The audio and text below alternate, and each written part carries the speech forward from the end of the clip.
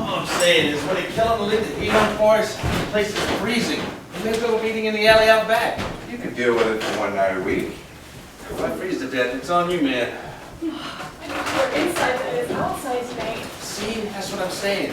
Someone bringing a space heater next week, would they allow that? Just a small space heater will warm this room right up. You have to stick to coffee for the warm-up. Sorry, they're strict about what gets plugged in. They don't want a fire. Well, that sucks if you ask me. I don't remember asking you. Ouch! Is that the bedside manner they teach you in the community college you go to? You know, let me see if I can find a janitor to turn up the heat.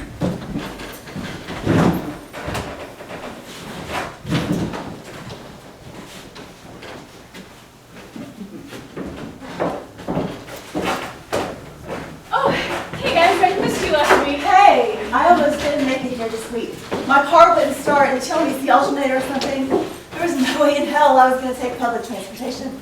But thank God, Bob gave me a ride. But I swear if he doesn't stop looking at my breasts tonight, I'm going to need a ride home from somebody else. No, I wasn't looking. I didn't mean to. No, I Oh, wasn't. for God's sakes, I'm kidding. Bob was a perfect gentleman. But I swear, my eyes are up here. I wasn't looking. You made this too easy. Don't let her get to you. She could have called any of us for a ride. She called you. Oh, she called me first, but I told her to fuck off. Kidding, God. Neither of you guys can take a joke. All right, found the janitor. You know, get the heat up. Let's have a seat. Get this party started, shall we? All right. They found me dead in the alley from exposure. It's your fault. Duly noted. So I was thinking some more about Christmas. The holidays have come and gone. We've all made it through them. I thought we'd go around the room, do a quick recap, what the holidays meant to us this year. You know, how we felt. How about you start this week, Bob? Me? Yes, you. Christmas was nice. It was a nice day. I got a few gifts and, well, I managed to stay within my budget, so all in all, it was a pretty good day. Nothing else? No, not really. Anyone here besides me want to call bullshit? No, sorry, this is group therapy. We do it in groups for a reason. Sorry, I call bullshit. Stop it. You don't have to respond to that. Well, I'm fine. Christmas was fine. Not everything has to be an issue. What'd you get? Huh? What'd you get? Christmas. Well, my brother and his wife got me a gift. What was it? Oh, it was a gift card. I'm hard to shop for. So you got a gift card for Christmas. One gift card. I'm hard to shop for. How many kids does your brother have? 3. Why? And you got them a few gifts, I assume? Of course, Christmas is about the kids. It's for them, really, isn't it? The trees, the ornaments, the caroling. Did you go caroling? Stop it. You're picking on him. Did you get your brother a gift? Of course. And his wife? Yes, of course. Christmas is about family, and they're my family. What are you getting at, Tyler? Are they hard to shop for? No, not really. I got my brother a toolkit from Lowe's, and I got her a scarf from Macy's. Even if it's not her style, if she can return it, I got gift receipts. And you got a gift card. Can you be nice? How much? It was a $20 gift card. It's practical and I can use it. What the fuck is your problem? Why is my gift card so interesting to you? Sit down. He's just trying to get a rise out of you. It's just I'm hard to shop for. Why are you interrogating him? Fuck you, Rachel. You know why. You are a fucking doormat, Bob. You've said so yourself dozens of times in this very room. You deserve better. And I'm not saying you ruin everyone's Christmas by throwing a shit fit in the living room over a $20 Walmart gift card. I'm just saying that at least here, you be a bit honest. And you say, hey, I have more value than a fucking gift card. So next time your brother asks you to babysit, you say no. And you use that gift card to buy yourself a candy bar. Well, the next time his wife asks for a ride, or they're going to help with boxes, think of that gift card and tell him to fuck off. You're a regular fucking Santa Claus, you know that? I used it already.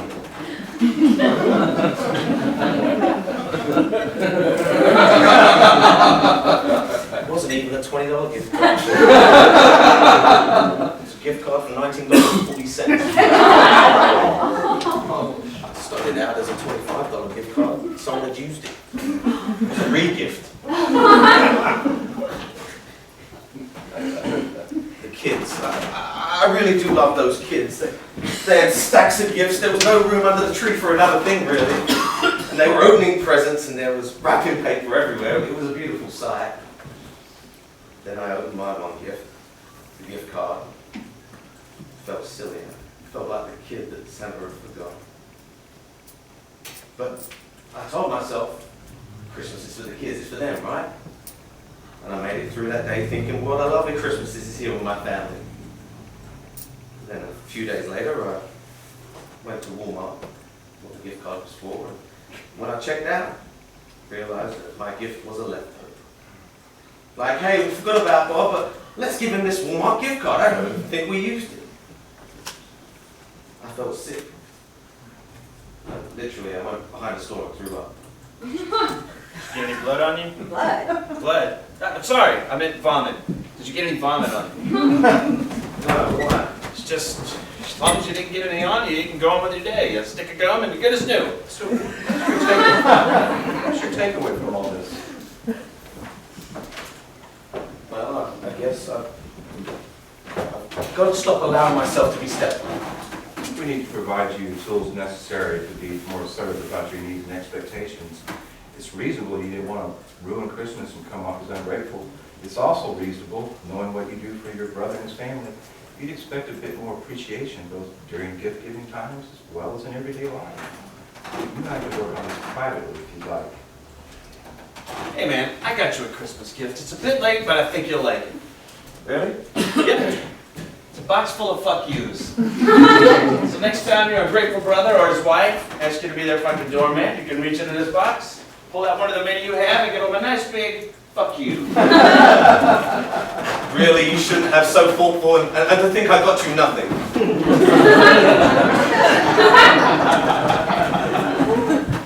Rachel, how was your Christmas? Really? Not bad. Kind of nice, actually. My boyfriend got me some very nice gifts, and he seemed to really like what I got for him. Oh, and you'll remember how I was telling you I'd read all those 50 Shades of Grey books? Well, Eric has been teasing me nonstop about it. Anyway, Christmas morning, one of my last presents was, well, let's just say through the toys I had read about. Eric had gone into one of those places that had an entire wall devoted to 50 Shades. Honestly, Eric had no idea what to buy, so he just grabbed a few things he thought looked interesting. Well, Christmas comes and goes, and we have a few drinks, and one thing leads to another. Hey, are you sure this is appropriate for discussion material? Really? No, where was I? One thing leads to another. We're taking things out of packages, and we're just playing like little school children, laughing hysterically. And I'm wearing this silly little outfit, and he's using this deep, odd voice, and then he pulls out the handcuffs, and we just burst out laughing. Finally, dear God, finally, we just had ourselves a good old-fashioned time. I hadn't laughed so loud in ages. You must have missed those pictures on Facebook. Is that Bob trying to be a smartass? Oh, I got you a Christmas gift. Fuck you!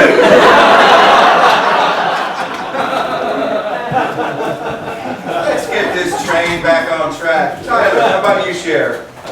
Okay, you want the short version or the honest version? I'd like the honest. Okay, Thea's 7, so Christmas is all magic and possibility. She really believes in Santa. I didn't want to let her down. Gotta hand it to her mother though, she really gets it, you know what I mean? Since we divorced, we haven't had a single fight. We always put Thea's needs first. This year was supposed to be my year for Fee to be at my place. Gail called and asked if it'd be okay if we just did Christmas over there. That way Fee could wake up in her own bed, come downstairs and open gifts. She said that if I agreed, we could make it an annual thing. That Daddy would sleep over and Santa would come to her house. Neither of us would ever have to miss her on Christmas. Sleep over where? With her mom? No, in the guest bedroom. Really wanna, you know, it could be our family tradition every year, so that I would never miss a Christmas, and neither would Gail. Really, when I thought about it, I thought, why not? You know, we had a nice Christmas Eve. I got to read Fee to sleep, just like before. And then she woke us all up and we opened gifts. It's a little unconventional, but I hope we can do that every year for Christmas. That's really sweet. So you spent the night with your ex-wife? And her boyfriend. It's a really good day. What'd you get?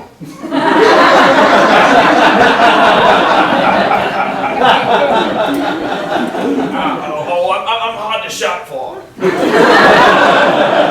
What'd you get? Oh, it's just, I'm hard to shop for. I got a clay sculpture that Fee made for me at school. Gail got me a pair of gloves, and her boyfriend got me some scratch-off tickets. I won $50 on a scratch-off last week. Congratulations, it's a sucker bet. And Delaney, how was your Christmas? Well, I asked Santa to bring me a man for Christmas. I would have settled for one of those toys she got. Not a good Christmas then? It was okay. It was just lonely. I mean, don't get me wrong, I was surrounded by people. I was just lonely. You know, I see couples and I want that. I want to hold hands with someone. I want passion and companionship. So I was alone at Christmas. Nothing new there, really. It's just, as I opened every gift, I thought how great it would be to open a gift from somebody that loved me, you know? Not like a father-daughter kind of love, but a boyfriend-girlfriend kind of love. Just me. I know I'm not pretty or all that smart. Hold on. Can I just say something here out of turn? You are beautiful. I mean that. You're a good person, sweet, and you're very pretty. Any guy would be lucky to have you. Maybe that person is right around the corner just waiting to meet you. I mean that. Thank you. I needed that. You're really sweet and a good friend. Oh, you all are.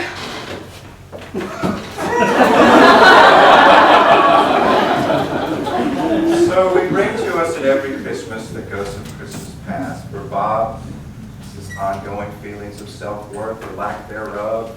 For Tyler, it's his failed relationships. For Lainey, it's her lack of companionship. And for Rachel, it's her misplaced sensuality. I beg your pardon. Sorry, they can't all be winners. You had a good Christmas that makes it tough on a therapist. Yo, remind me why you're here again. I wanted to see if Mike's advice would get better the closer he got to graduation. So far, not so much.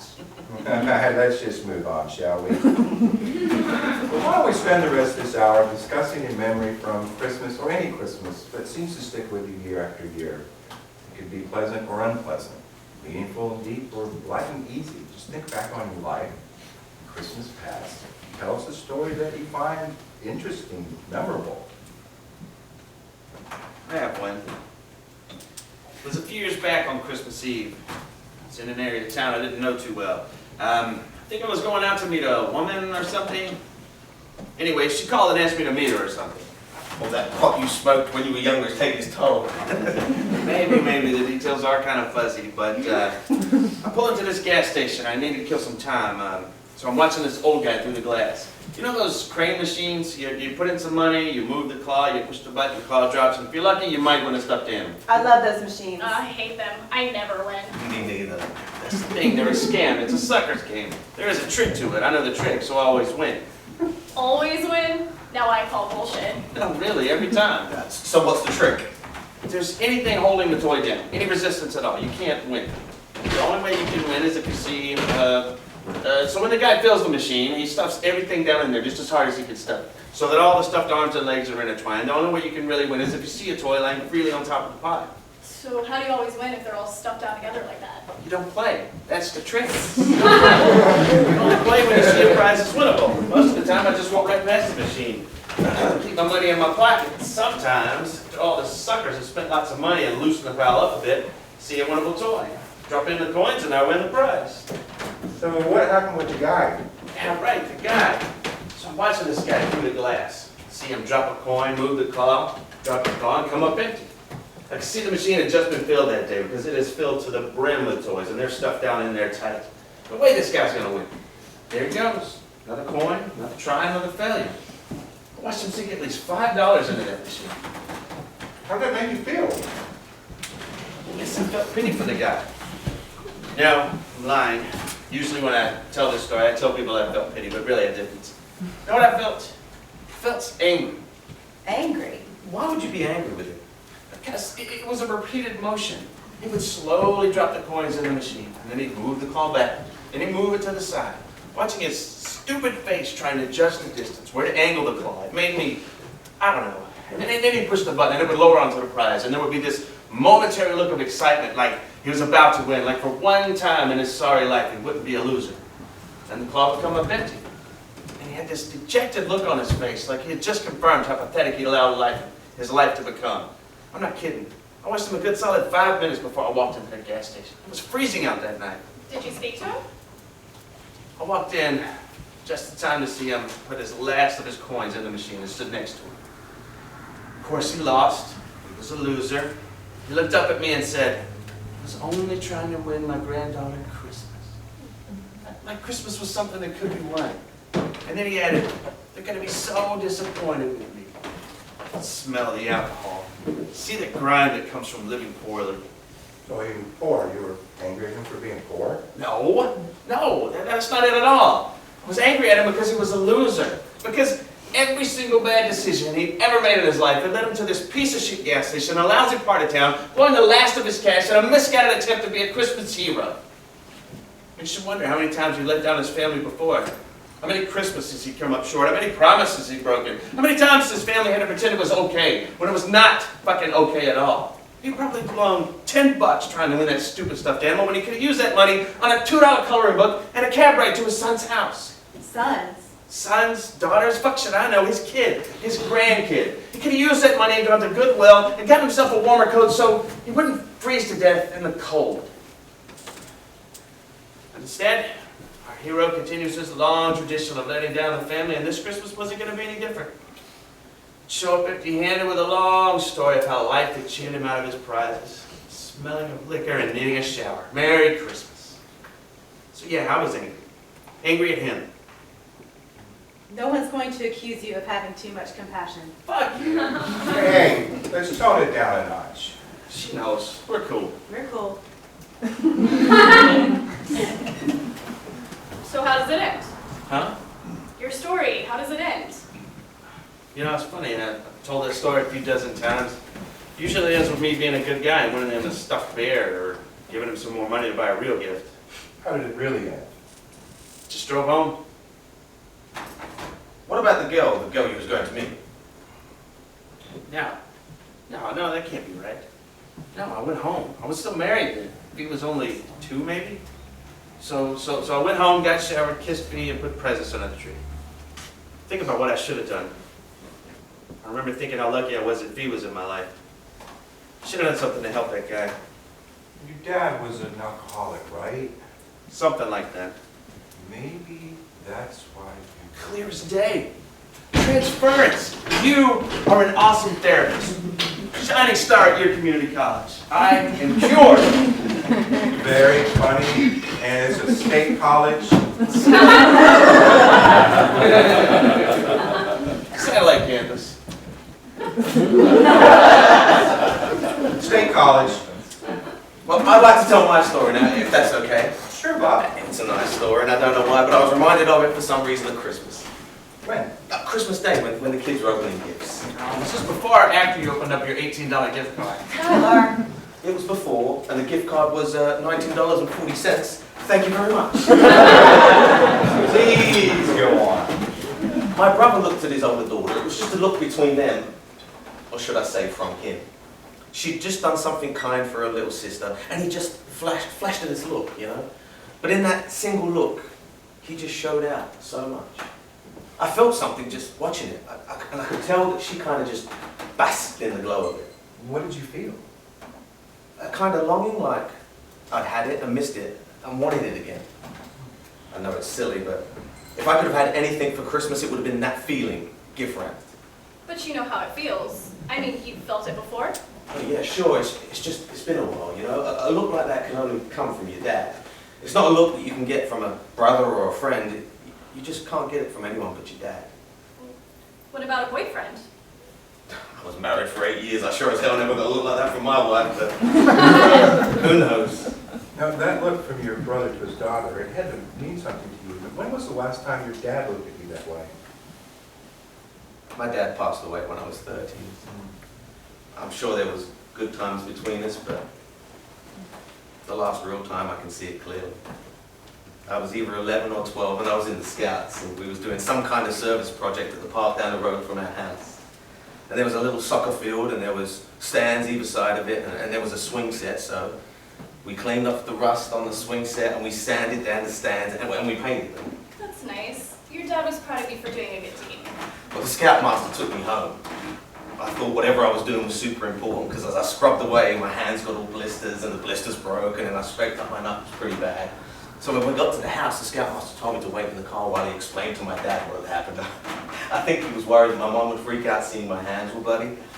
So he explained to my dad how hard I'd worked and that he hadn't noticed until it was time to go just how much damage I'd done. And then he waved me out of the car. What'd your dad say? He kind of smiled. He looked at my hands and said, "Tough day at work, huh, kid?" Then that look. It seemed to last forever. And then he said, "You better clean up before dinner just in case your mother sees you." That was it. I think that might be the best feeling I had of my entire life, that look from my dad. How did your father die? A heart attack, he went quickly. That's so sad. I can't imagine having to bury your dad or your mom. Do you think of him often? Not very. I wonder sometimes how things might have been if he'd lived, but it wasn't easy on my mom. How do you think this affected you growing up? I wanted his approval. You know, even after he died. I know it's silly wanting approval from your dead dad, wanting something that's impossible to have, no approval even after he's gone. Lots of people try and never get approval from their living parents. It's just as much of a fool's errand. Want to expand on that, Tyler? Nothing deep, just saying. Boys worship their dads. So even if dad is an alcoholic or a drug user or abusive or even just removed, they still want that approval. Boys worship their dads even when they don't deserve it. This can be a sucker's bet, trying to win something you were never, ever going to win. Like a stuffed animal in a claw machine. Like a stuffed animal in a claw machine. You just might win therapist of the year. So that guy trying to win his grandchild's prize, you think his son was still trying to win his approval? Guess so. Just kind of wonder, why bother? Good question, why bother? Hey Bob, if your dad was still alive today, would you still want his approval as an adult, I mean? Yes, definitely. Even if he were drunk? Sure, I mean, he wasn't perfect when he was alive, but I think so, yeah. Okay, Tyler, see, that's why. Even if he let you down? Sure, he's my dad. Even if he broke his promises to you? I think so, yes. Even if, you know what, this is stupid. It's all theoretical. Theoretically, we all seek our parents' approval, but trust me on this, in actuality, it gets old after a while. Just what? He just keeps letting you down again and again, and you get used to it, like you expect it. I think if you had to bury your dad, you might feel differently. I buried my dad. It was cold, the ground was frozen, and I felt nothing. Nothing? Nothing. At all? We buried my daughter's goldfish a few weeks earlier. Felt more for Goldie.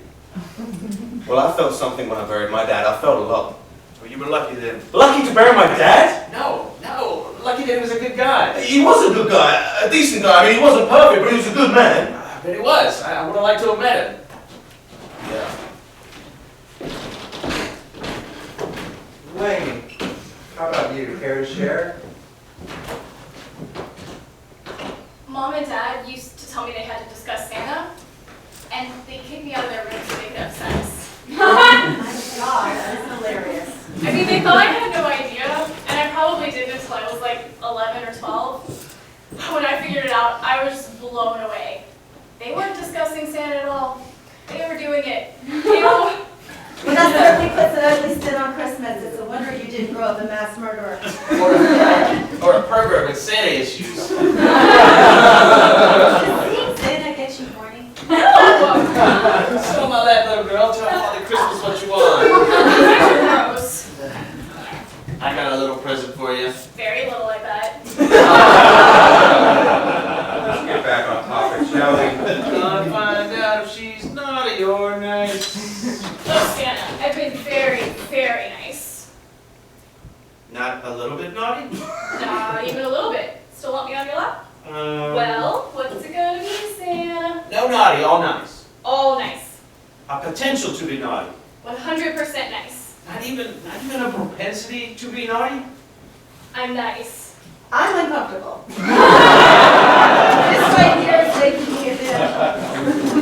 Still though, found you under my tree all gift wrapped. I'd be pretty happy that Santa dropped you off, even if you are only nice. Do you two want to get a room? Anyone mind if we continue? Sorry. So Wayne, when your folks weren't discussing Santa, what one memory sticks out to you from Christmas past? It's not a memory per se, so much as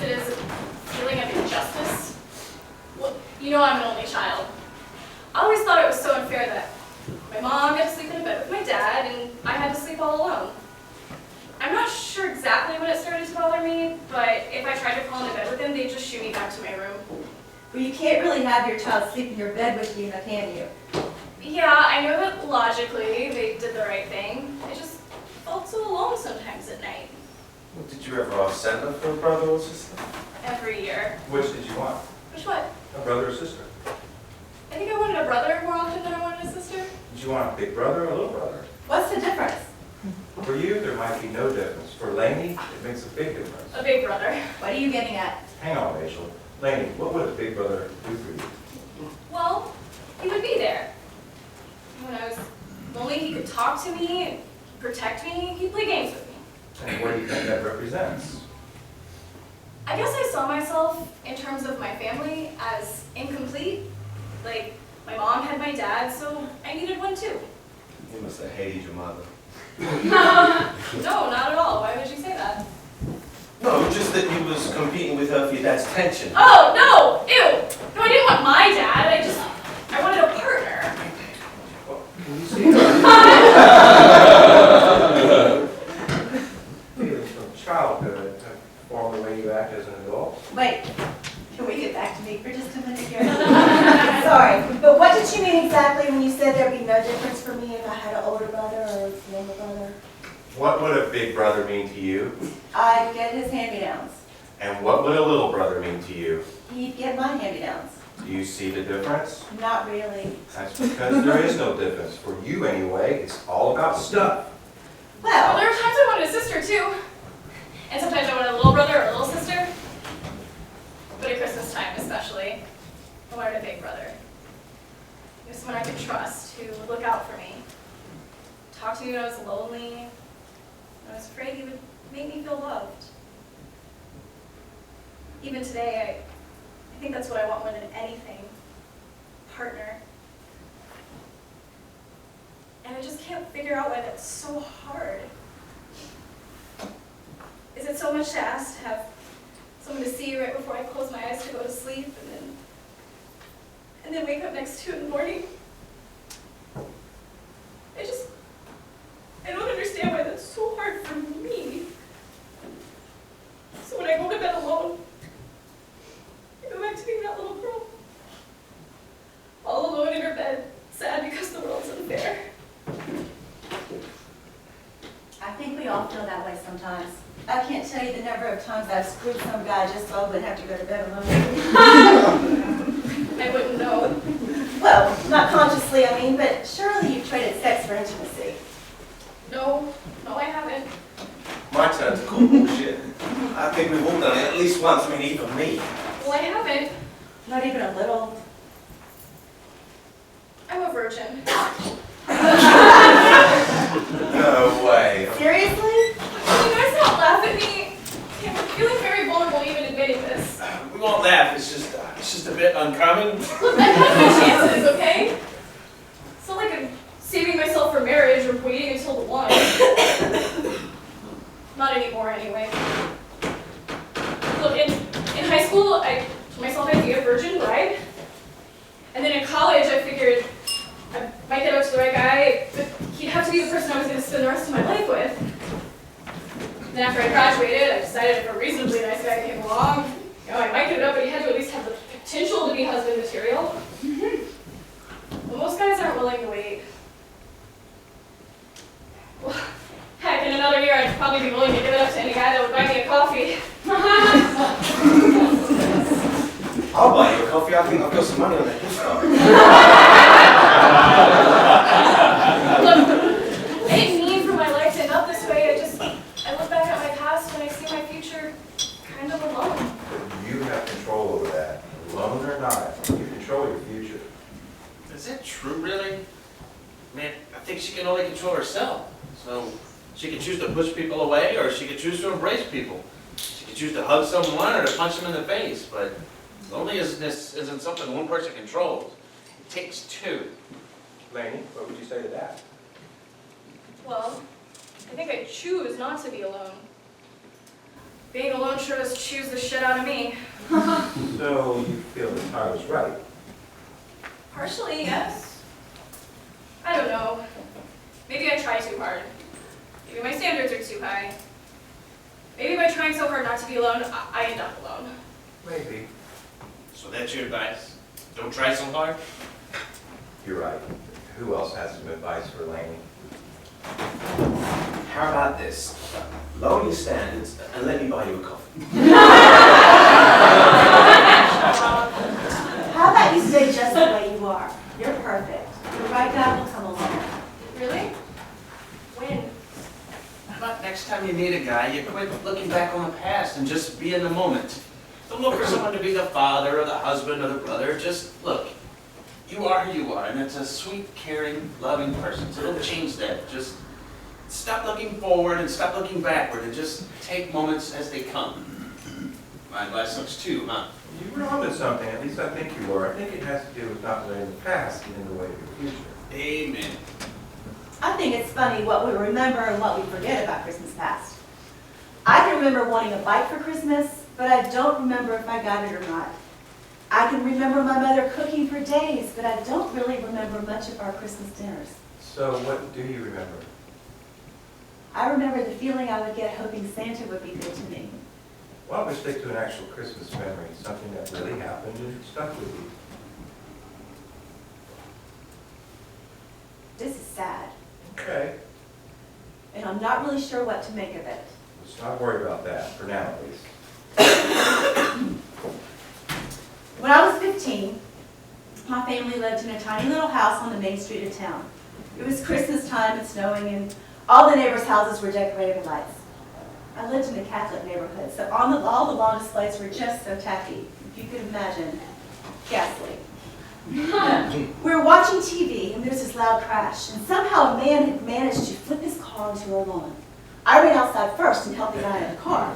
The car was upside down? Yeah, like you see in the movies or something. It was a Corolla or something small like that, common. What happened to the guy? He had cut his head pretty badly. Mom ran to call 911. Dad got some blankets or some towels, and I kind of just held him sitting up. I thought he was going to die. There was blood everywhere. Well, head wounds always bleed a lot. I was covered in blood, covered, like something out of that Carrie movie. My sweater destroyed. So I'm holding him, trying to calm him down. And when he finally starts to make sense, he starts saying, "Haley, where's Haley?" And I'm trying to calm him down and find out who is Haley. Is it his wife, or maybe it's his daughter? Maybe he wasn't in the car alone. Oh my God. So he starts to scream, "Haley!" And I'm saying, "Who is Haley?" And I'm trying to calm him down. And I'm wondering, I need to go find Haley. I need to put this guy down and go search for Haley. And I start to panic. Where's my mom? Where's my dad? Why aren't the police here? Why am I holding this man in my lap, bleeding all over me, and there's nobody to go find Haley? Want some water? No, I'm okay. I'm okay. Was Haley dead? Haley was a dog. A dog! Haley was fine. Haley finally came out of the car. The guy immediately calms down. Waits in his lap until the ambulance arrives. Once he has Haley, he can tell us his home number, his wife's name, his daughter's name. The guy's on death's door, and all he cares about is his stupid dog. Pathetic. Can you imagine? What was your takeaway from that? First off, never help out a bleeding guy when you're wearing a nice sweater. That whole outfit's destroyed. I had a guy bleed on me once. I didn't really mind the shirt being ruined so much, but it was a massive pain in the ass to scrub the blood off of me. Yes, I had to shower twice, and the third time my mom had to help me scrub it off. Ugh, it's disgusting. Anything a bit more, I don't know, deep. How about this? I know you think I'm materialistic to a fault, that I value possessions over people.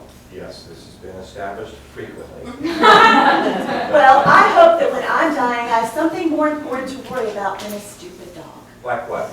Like the guy is dying, and all he cares about is the dog. Pathetic. He should have been focused on more important things. Important things? His wife, his daughter, hell, even his car. Or our lawn. So your lawn was more important than his dog. Mind if I borrow one of those? Fuck you.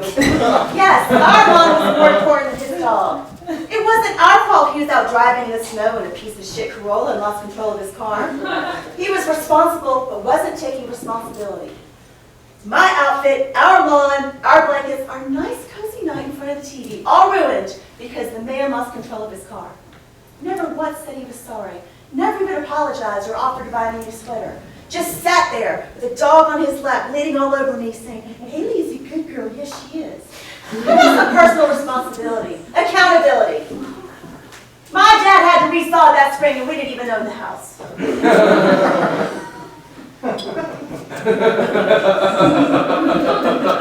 That is so unbelievably cold. What is?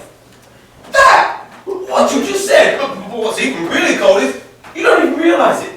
What? Did I value my lawn? My sweater? The guy was fine. 20 stitches, he was fine. Insurance covered his losses. What about ours? I didn't have to help him out of the car. I didn't have to hold him up. My dad didn't have to get blankets. We did it out of the concept of doing the right thing. Where was this guy's do the right thing attitude? As long as the fucking dog is okay, everybody's happy? Well, isn't knowing that you saved his life, or at least kind of did, reward enough? Look, I know I'm coming off as cold, and who cares about a sweater? It's not like it was cashmere or designer label. Hell, back then, Bob's $20 gift card could have covered my entire back-to-school wardrobe. It's the principle of the thing. The thing being the value of your sweater in relation to the value of his dog. Look, you wanted a story, this one has stayed with me for a while. It's the concept of his bad driving, his wreck, his blood. It all became my problem. And not even a thank you, or a I'm sorry, or gee, sorry I fucked up. You deserved an apology. Thank you! And a thank you. Yes, you get it. People need to take responsibility for their actions and not call things accidents or pretend they're spectators in their own shitty lives. A quick, sorry I ruined your outfit or didn't mean to bleed on you would go a long way. Not some bullshit about how accidents happen. We make accidents happen. We need to man up and take responsibility for them. But doing a good deed is its own reward. At least that's what I think. Well, you keep thinking that.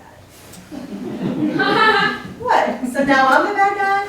Because I sure as hell hope that when I'm dying, I have something more important on my mind than a stupid dog. Like what? Like people, like family, like people that I love, like things that I love. Things? You know what I mean, things. Or people.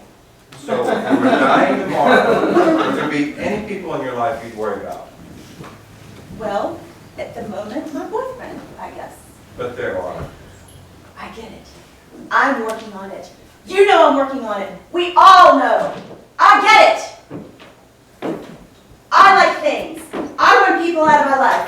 We get it, but I'm working on it, and you know this. I have a boyfriend now.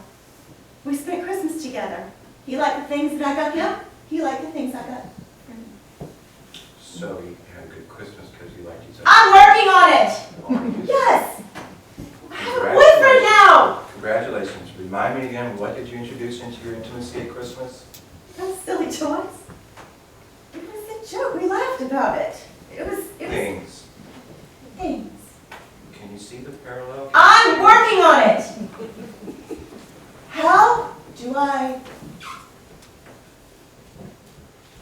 do I? You need to let go of things. It's things that come between us. It's things that get in the way. You let things get between you and other people.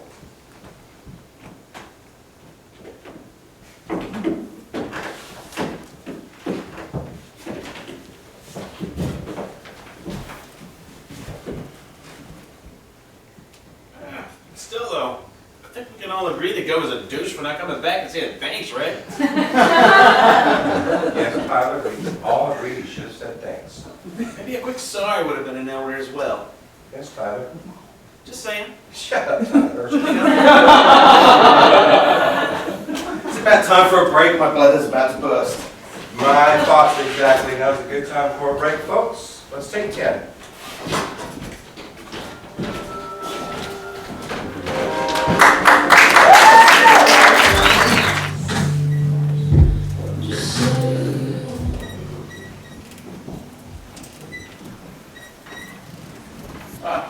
That was interesting just then.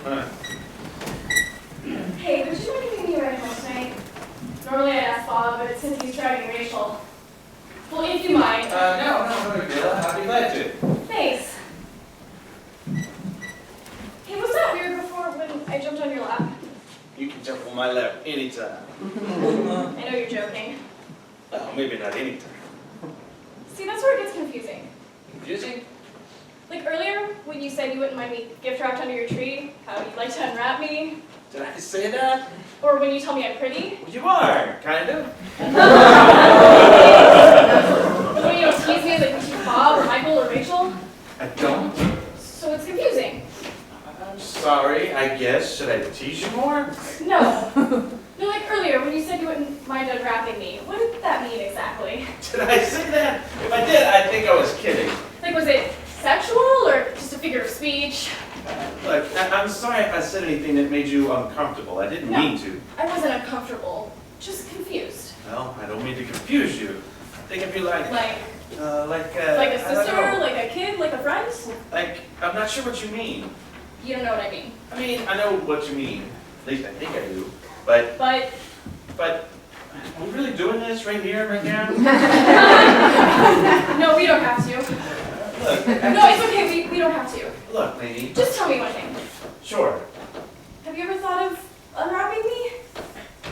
You mean like unwrapping? I shouldn't ask. No, okay, yeah, sure. I have thought of unwrapping. Actually, I've thought of getting you all wrapped up, complete with ribbons and bows, if you know what I mean, and then unwrapping you. Is that what you meant? Well, at least I feel better now. That made you feel better? Kind of. I mean, I thought maybe there was something between us. I just didn't know. Do you know? I don't. When I think of you, my thoughts go in a few directions. One of which is that we're in this group together, and maybe it's wrong somehow. No, I get that. And also, I think that maybe there's something wrong with me, because Gail and I didn't work out. She's a pretty good person, and so are you. And, well, maybe you deserve better. And maybe I'm just not cut out to be with other people. I don't know. Well, we won't figure it all out here. Can I still get that right, though? Oh, yeah, sure. Just a ride. No unwrapping. Okay. Gotta pee. I'll be right back. You guys make a cute couple. You think? What do I know though, right? I think I kind of like him. You hide it so well. So you heard that. You weren't exactly quiet. Is there some kind of rule between, two of us in the group dating? It would have changed the dynamic. If you were to start a relationship, one or both of you would have to leave the group. It'd be unfair to the others, unfair to yourselves, unfair to the process. Also, I'm not sure if it's a good idea for you two to date, but I'd prefer to discuss this with you alone. Oh, I could leave if you like. No, we're going to get started again in just a minute.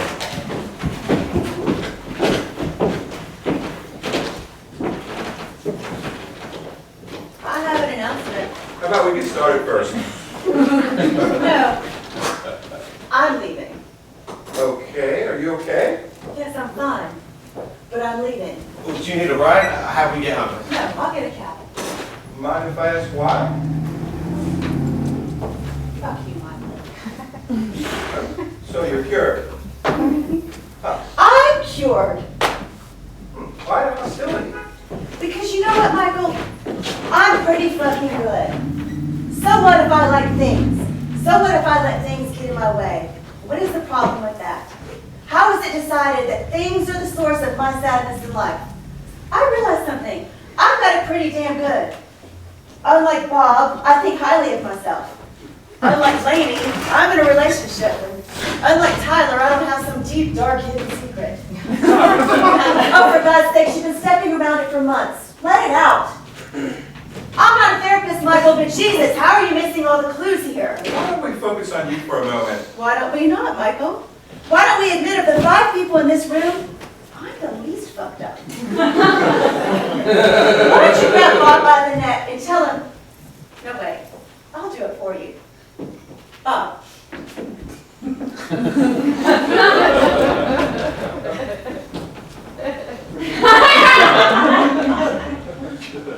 Bob, your wife left you because she was a thankless twat. And she was from the minute you met her. Why you settled on her was beyond me. And why you mourn losing her is beyond me. Your sister-in-law is no different. Why is that? Why are you drawn to people who treat you like shit? I don't know. You deserve better. Say, I deserve better. Well, it's just... Say it. What the fuck? Say it. You deserve better. I deserve better. I deserve better. It would feel a lot better if you let go of me. Let go of my I'm crotch. not holding your Yeah, crotch. you're holding my balls. Let go of my balls. Wait. Now, right now. What the fuck? Never, ever do that to me again, ever. I've been nothing but nice to you. I've treated you like a princess, and all you've done is tease me. So fuck you. Never do that again. Why not? Because it's not how people treat people, is it? People treat you that way all the time. Not anymore. Bob, I'm sorry. I'm sorry, Bob. You know, I wouldn't have hit you. You know that, right? I know. Fuck away from me. My nose is bleeding.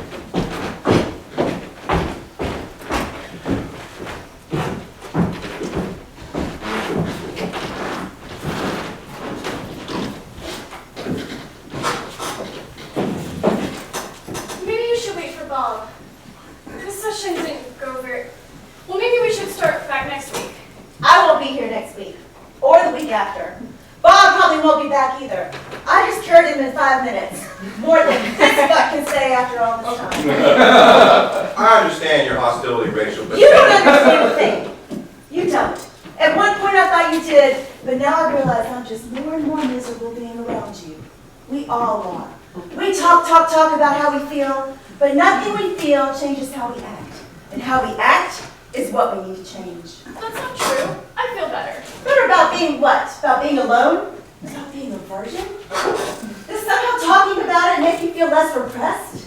I feel better talking through my problems. That's why we do group therapy. No, Michael. We do group therapy because it eases you of the burden of having to talk it to us one at a time.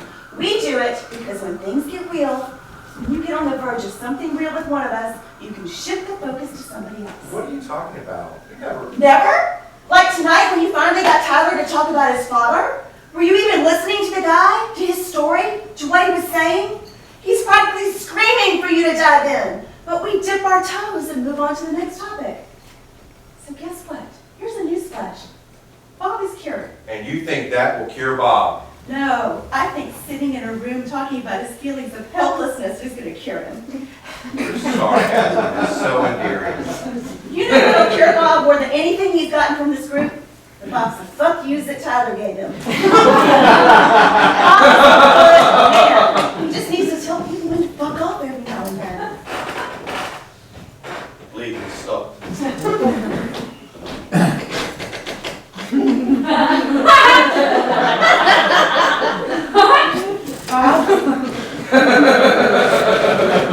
What is your ex-wife's name? Julia. I changed my mind. I will take that ride home from you. And all the way home, I want you to call me Julia. And then, when we get to my house, I want you to hate fuck me in every position. As long as you keep calling me Julia. How about that?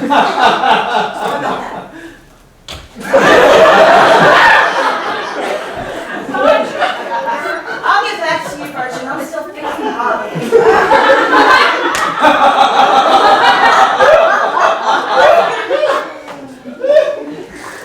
I don't think you... Bob, she's still trying to get a reaction. She's manipulating you. If you want to leave, leave. We're going to begin. Look at me. In my eyes, I want you to be better.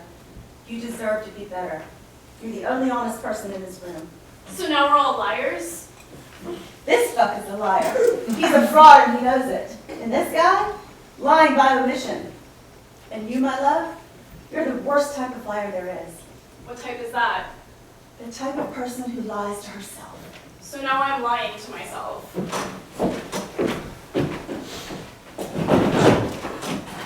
If I tell you something, do you promise not to hate me for it? No? Fair enough. How about this? Do you promise to hear me out, to listen? I'm listening. It's not your virginity that's getting in the way. You think that your lack of sex is why you don't have a relationship. I never said that. Okay, semantics. Your lack of a relationship is due to your lack of sexual experience. might be one part of it. What's the other part then? I don't know. Do you want to know? Yeah, that's why I'm here, isn't it? Is it? Why else? Darling, it's not your virginity that's getting in the way. You've been using that as a crutch. And trust me on this. Once I kick your crutch away, you're not the only person again. I'm going to ask you to leave. This, what you're doing right now, is toxic. This, what I'm doing right here, is called honesty. Your version of it. Your call, sunshine. You want to hear it or not? Yes. Interested in hearing what she has to say. It's not your virginity that's getting in your way. It's your lack of passion. I have passion. I'm a very passionate person. What are you passionate about? Things. I'm passionate about some things. Like? She's trying to bait you. You've made your point. Now leave. You can leave, Michael. I need to explain myself to Lady. I'm not going to force her to move. We can leave whenever you want. No, I want to stay. Go on, tell me I'm such a passionless person. You aren't passionless. You just hide it so well. I'm not hiding anything. Well, maybe you are passionless if you consider that. No, I haven't because, well, I've been passionate. Just because I haven't done it. I've done enough to know that I'm not frigid. No, love. I'm not saying you're non-sexual. It's just, remember your story about Christmas, being sad because you had to sleep alone? And then this Christmas, wanting someone to share it with? It's that. That makes me passionless? That makes you a bystander in your own life. You don't. No, you don't. You don't take chances. You don't show how you feel. You don't react, you resist. You don't jump, you wander. You don't attack, you retreat. I don't retreat. When was the last time you did something impulsive? I jumped on Tyler's lap. Tonight you saw. Then what happened? I jumped on his lap. You were there. You saw. Then what happened? Nothing. I made my joke and then I sat back down. That's not what happened. That's exactly what happened. No, she jumped on your lap and you asked her if she's naughty or nice. I was just kidding. Sure you were. And Lainey was kidding too, except she has a crush on you. Rachel! Oh, for months! I know it, you know it. It's the worst kept secret in this place. Be honest, Tyler. You know it. Okay, sure. I know it. So what? See, ladies and gentlemen, even Tyler, who's better at keeping secrets than anyone, admits it's no secret that Lainey has a crush on him. That's personal. It's private. So your point is, now that you've shamed Lainey, grabbed Bob by the nuts, insulted me, what's your point? My point is, he asked Lainey 4 times if she's naughty or nice. 4 times. So being nice is a crime? Is being naughty a crime? But I'm not naughty. But you could be. But I'm not. Could you be? I could, I suppose. What would it take? I'm not the right guy, I guess. Isn't Tyler the right guy? At least in your opinion? At least with your schoolgirl crush? Okay, so I have a crush. You have a crush. You could be naughty. What would it take? What would it take for you to flirt, to play around? Look, he sure as hell is not the right guy for you. But since you seem to want a man so badly. Want a man so badly? You do. It's all you talk about. So quit talking. And what, just fuck any guy I see? Is that what you do? No. I only fuck guys who give me stuff.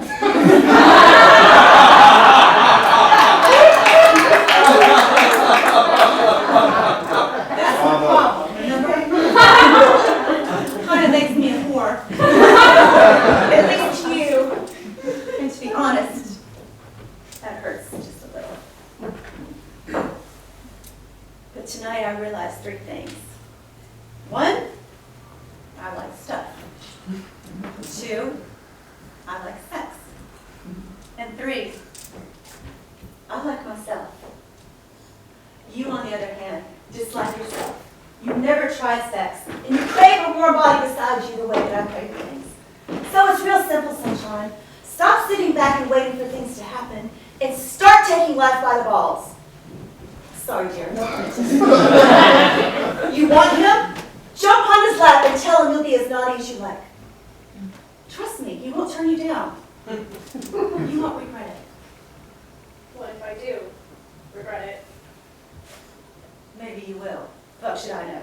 Maybe you will regret it. In fact, if he's your target, it'll be a big mistake. I'm right here. Why would I? Because even if it is a mistake, you've at least trained yourself to jump in, to enjoy life, naughty. What if I don't know how to be naughty? It comes naturally. It does. Naughtiness needs no training. Well, I'm sure given the chance, he'd be more than happy to show you how. Look, I Listen, this isn't about you. This is about Lainey. And frankly, you've held her back more than you've helped her.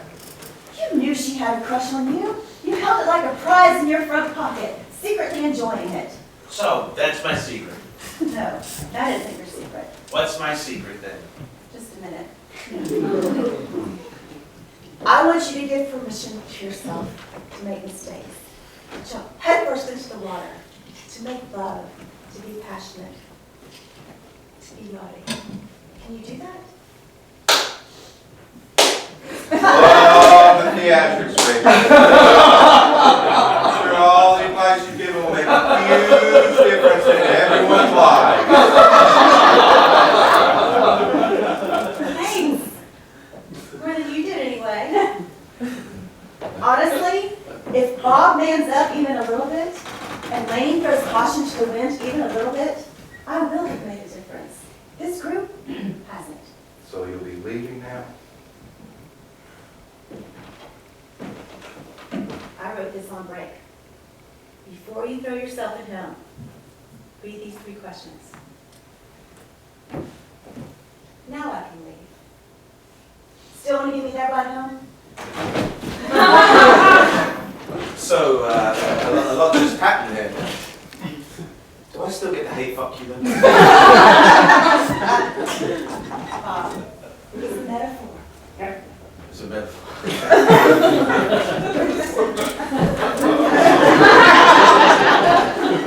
I love you.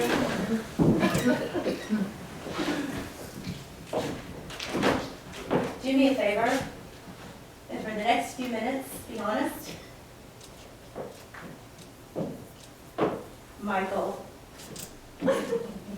you don't know what the fuck you're doing. But your heart is in the right place, I guess. Let's go. You can see them next week.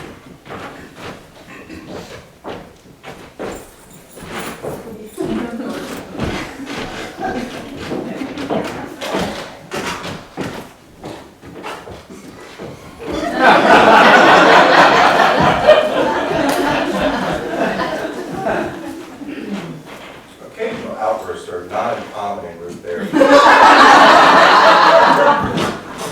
Felt it better to allow her to express herself. Might even had some valid points. Bob could stand to assert himself more. And Lainey, perhaps we should explore your reticence towards positive action. Would you like to work on that with the time that we have left? I don't think so. We can take it up next week. I have a feeling she'll be back.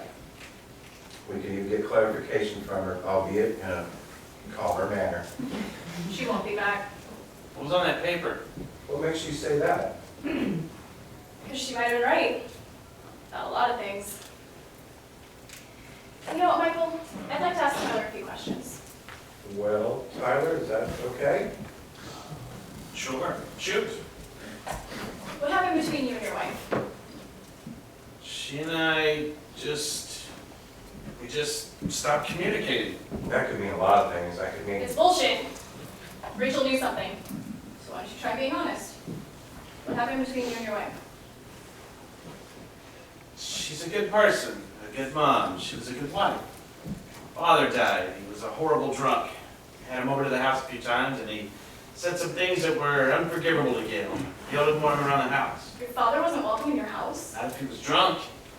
I wanted him in our lives, although why I couldn't tell you. Maybe I thought I could fix him or win his approval. But in his last few years, he was just falling apart. It's like watching a slow-moving train wreck. And he died alone. And you blamed Gail. No, that's the thing, I didn't. Not ever. I blamed myself. Gail knew that I blamed myself, but for whatever reason, I turned something off when my father died. At least that's what Gail said. Somewhere along the way, we just drifted apart. Okay. Next question. How did your father die? What was on the paper? It's on the paper. How did your father die? He froze to death. Really? I thought it was alcohol related. He was reasonably sober when he died. He got in a fight behind some store, and he must have fallen asleep. He had money for a cab, but they found him frozen the day after Christmas. Okay, last question. Tell me the whole Crane story. The truth this time. What did the paper say? Says, 1, ask why his marriage failed. 2, ask how his father died. 3, make him tell you the whole Christmas Crane story. Only this time, make him tell the truth. Can you excuse us, Michael? This is supposed to be group therapy. Looks kind of like the group's thinned out a bit. Could you excuse us? Well, as your therapist, I should hear whatever it is you have to say. Just get out. I'm also Laney's therapist. Please leave. I'm not sure you want to be left alone with Laney. You're in a crowd. Seriously, Michael, get out. I hope you both get what you're looking for.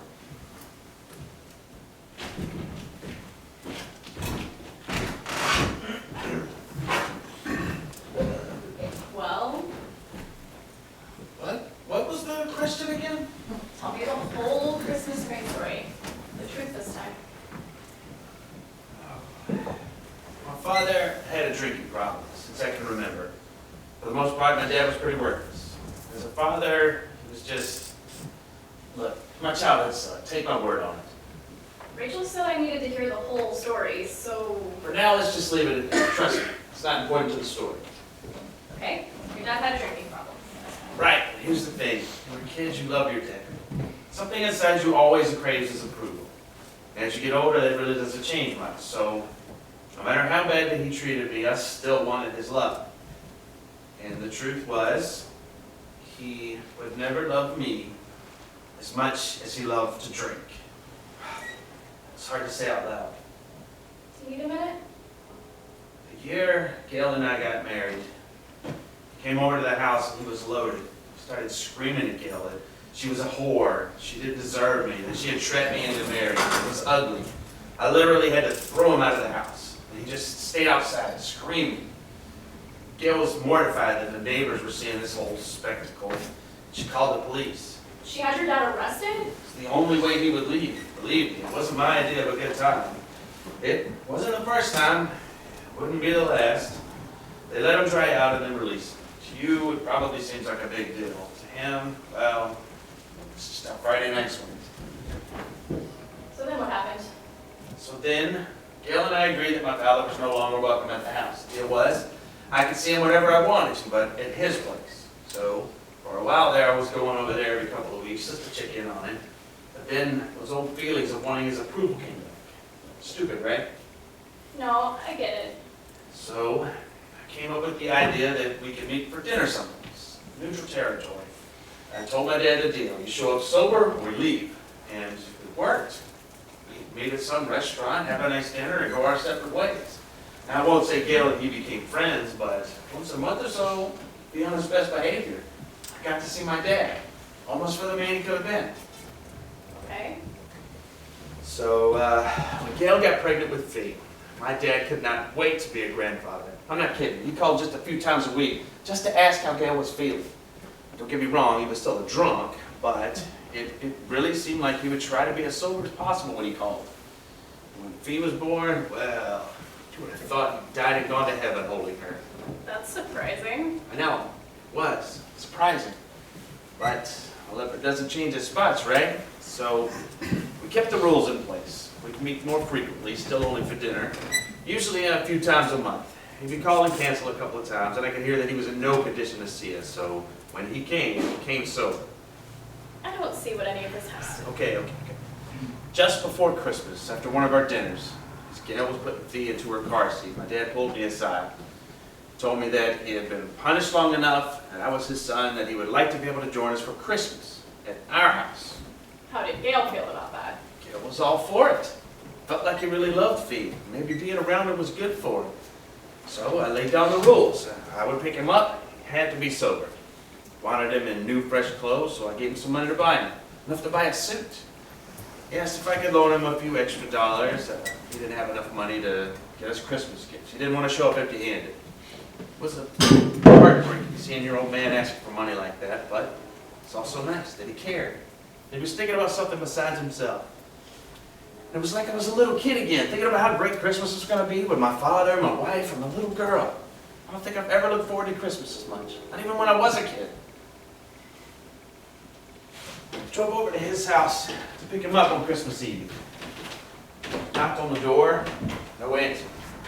Tried his phone, still no answer. Had a key to his apartment, so I went inside, praying I wouldn't find him dead, but he wasn't there. I'm just lost in this thought. Should I be angry? Should I be worried? Gail had been cooking for days. What was I going to tell her? This place was a shithole. I didn't want to wait in there, so I went outside. It was record-breaking cold. So I sat in my car, I called Gail. I'm just lost. Do I sit and wait? Gail says give him about half an hour. Maybe we got our times mixed up. Maybe. So then I went to get some gas. I saw him through the window. That stupid face, that stupid look, trying to win that stupid stuffed animal. I was paralyzed. I just sat in my car and just watched. Every single childhood memory of every time he'd ever let me down. Birthdays ruined. Christmas is ruined. My mother ruined.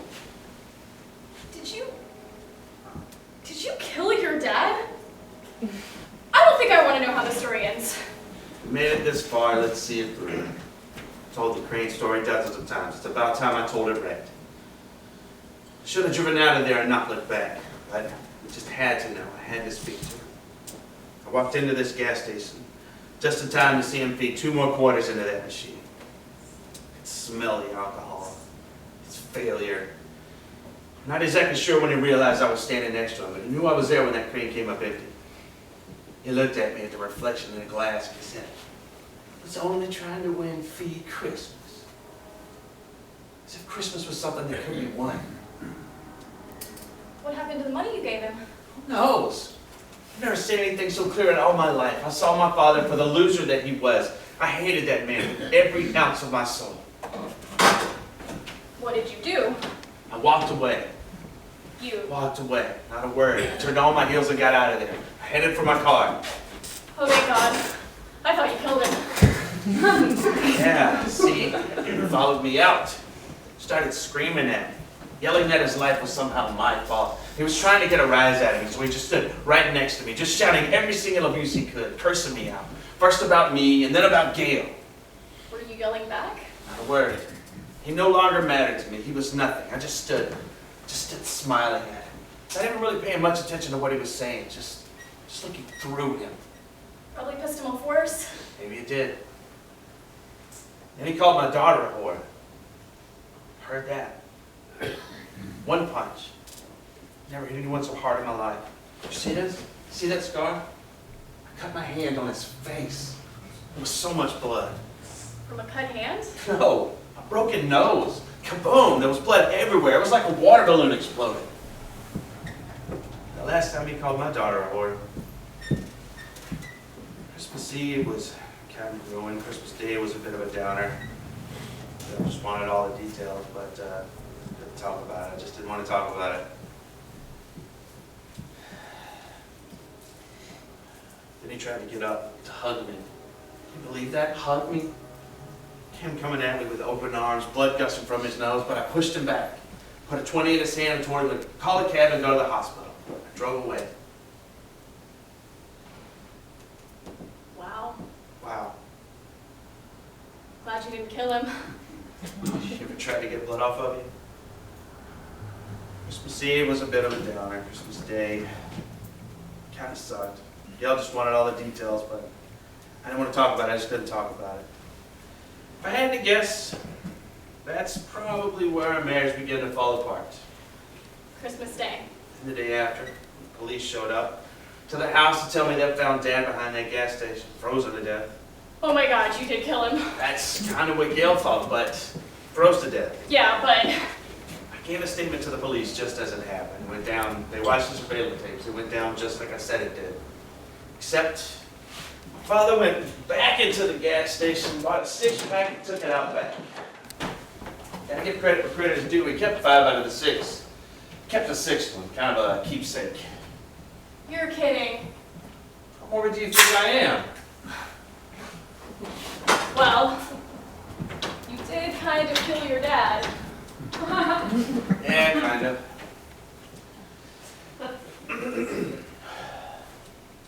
There was a time though when Gail probably thought I killed him. Christmas Eve, I come home all bloody. Christmas Day, I barely talk. Police show up the next day. So when you ask what happened between me and Gail, well, that kind of happened. But she knows you didn't kill him, right? She does. She does. I do too, but some things you just don't get over. I think it's time you took me home. You sure? I understand if you don't want to be around me. I'll call you a cab if you want. I'll pay. Yeah, that didn't work out too well for you the last time, did it? So, is this just a ride home then? I think it's more than that.